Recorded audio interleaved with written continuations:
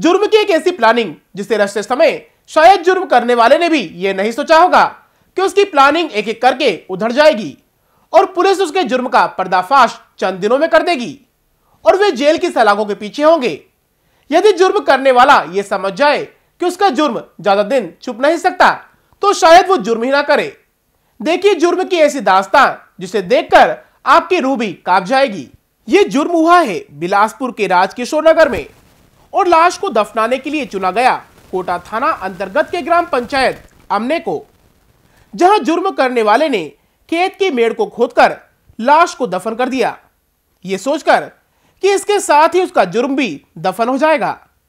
लेकिन जुर्म छुपता कहां है? तरुण रात्रि का गुमशुदगी की रिपोर्ट आया था हमारे पास, जो चिंगराजपार में रहता है। हमने गुमशुदगी की रिपोर्ट दर्ज किया और उसके जो मोबाइल है उसको ट्रेस करने की कोशिश किया। उसके बाद इसी दरमियान में पता चला कि इनका जो बेबी मांडले है, जो मृतक जो है तरुण रात्रि के पिता के साथ उनका पुराना संबंध था और शंका ये हुआ कि इन्हीं के द्वारा अपहरण किया गया है। जब उनको सख्ती से पूछताछ किया गया बेबी मांडले को, तो उन्होंने बताया कि इनको राजकिशोर नगर में पहले से इनके हत्या करने की तैयारी से राजकिशोर नगर में किराए का मकान लेके रखे थे और वहां पर उनको बुलाया गया किसी तरह की झांसा दे करके मेघा के द्वारा, और उसके बाद नशीली दवाई खिला करके वहीं पर उनकी हत्या किया। और हत्या के बाद उनके लाश को छिपाने के लिए ये जो गांव है कोटा क्षेत्र आमने में, यहाँ पर ला करके यहाँ पर जमीन में गड्ढा गाड़ करके उनको छुपाया गया है। सर ये हत्या कहाँ हुई थी तो कैसे पता चला? राजकिशोर नगर में जी आरोपी हैं उनसे कड़ाई से पूछताछ किया गया, उन्हें सारे हत्या के राज खुलासा किया।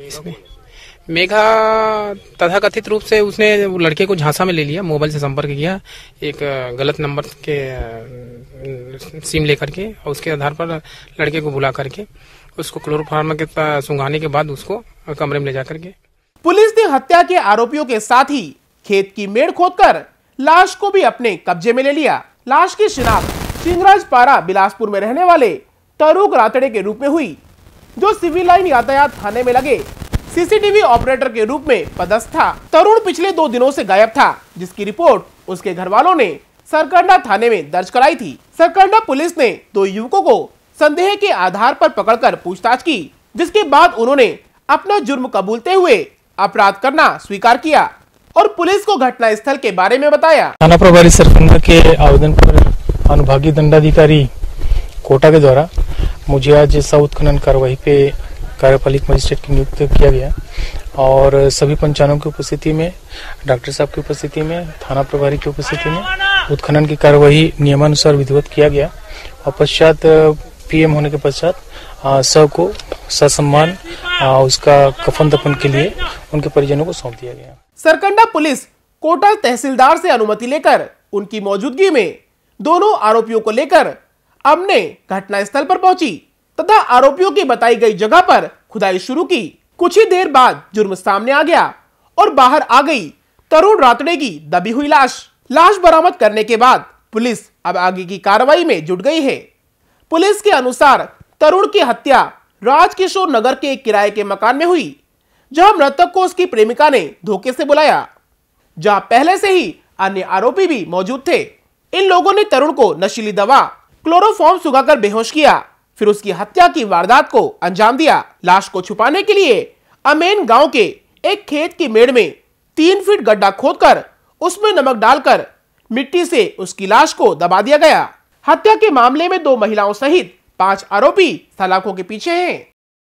एक लड़का, इससे पहले वाला जो बाला के साइड के 3 बच्चे थे, जिसमें से एक मंझला वाला खत्म हो गया था, ट्रेन वाला जिसमें आप फुटेज लिए थे, तो उसमें मेरे को, इसको और बहुत लोगों को शक करते थे कि मारे हो।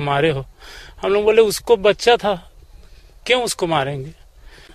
उसी के शक में सोचे कि उसका मर्डर किया गया है, क्योंकि उस समय मैं आप लोगों को नहीं बोला था तो हम लोगों के ऊपर होता था, वहाँ का लखन के ऊपर होता था। वो जो लड़की फंसी है ना, वो हाँ वो नीलेश की प्रेमिका थी, उस पे डाउट होता था, उसके ऑफिस स्टाफ पे डाउट होता था, यार दोस्त पे डाउट होता था। तो मैं बोला कि नहीं यार, मर्डर उसका कौन करेगा, कोई दोस्ती भी नहीं है, कोई दुश्मनी भी नहीं है। For more information, log on to www.clips.in.